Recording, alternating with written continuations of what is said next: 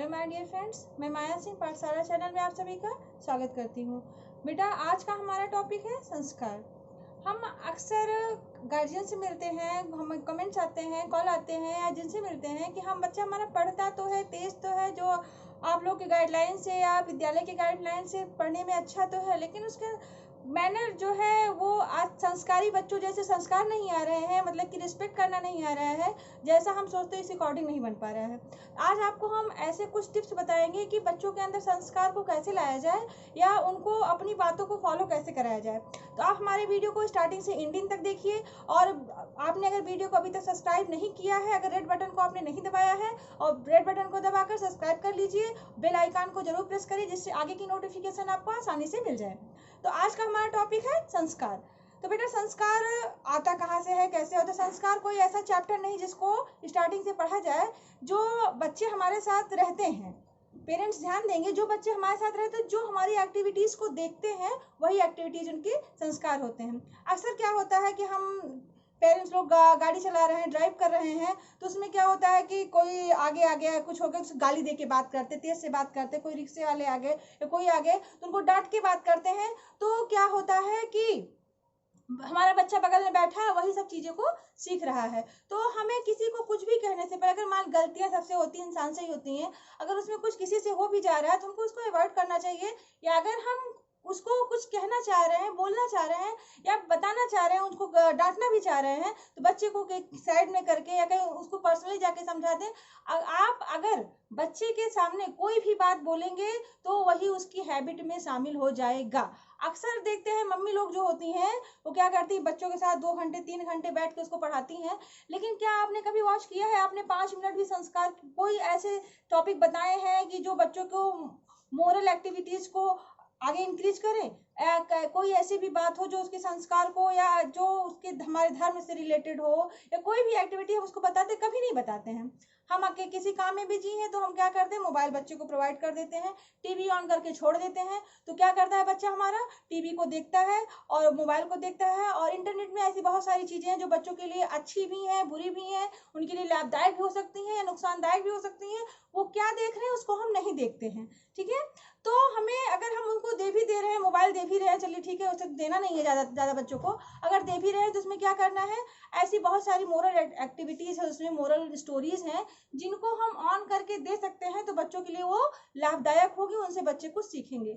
या हम काम करते वक्त बच्चे को बैठे हैं, उसके पास बैठे हैं, तो हम उनको ऐसी बहुत सारी चीज मोरल स्टोरीज भगवान श्री रामचंद्र जी के हैं, ध्रुव के हैं, एकलव्य के हैं, और बहुत सारी ऐसी चीजें हैं जिनको हम उनको बता सकते हैं। कि जैसे आप एक छोटा सा उदाहरण दे दीजिए, माता जीजाबाई शिवाजी को बचपन से ही वीर गाथाओं की कहानी सुनाती थी।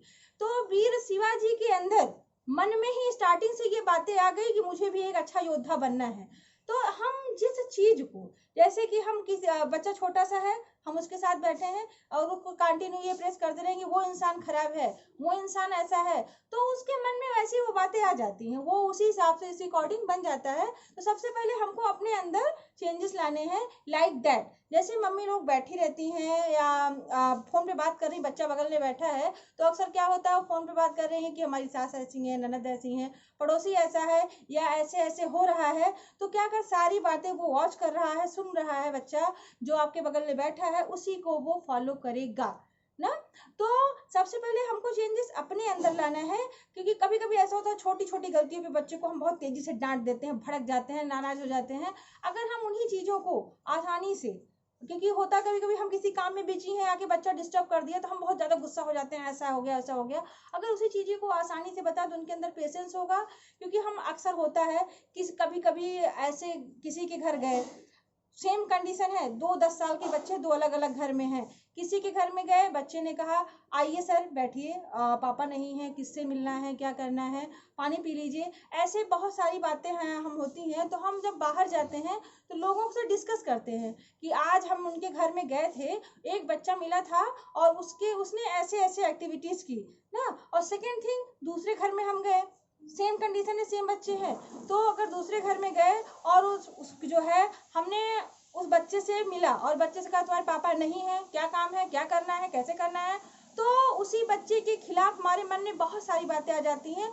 हम दूसरे के यहाँ जाते हैं, शेयर करते हैं कि अरे उनके यहाँ घर गए थे, वो बच्चा ऐसा था, उसकी एक्टिविटीज ऐसी थी। ठीक है, तो सेम थिंग है, हम जो बच्चों को बचपन से सिखाते हैं, हमारे साथ बच्चा बैठा है या हम आपसे अभी तक जो हुआ, हम रिक्वेस्ट करेंगे अभी से जो है, अगर कोई भी बात आपको किसी को कुछ कहना है, किसी हमारे तो ह्यूमन नेचर है कि किसी न किसी के बारे में कभी ना कभी कुछ ना कुछ बोलते ही हैं, हम सभी बोलते हैं, मैं भी बोलती हूँ।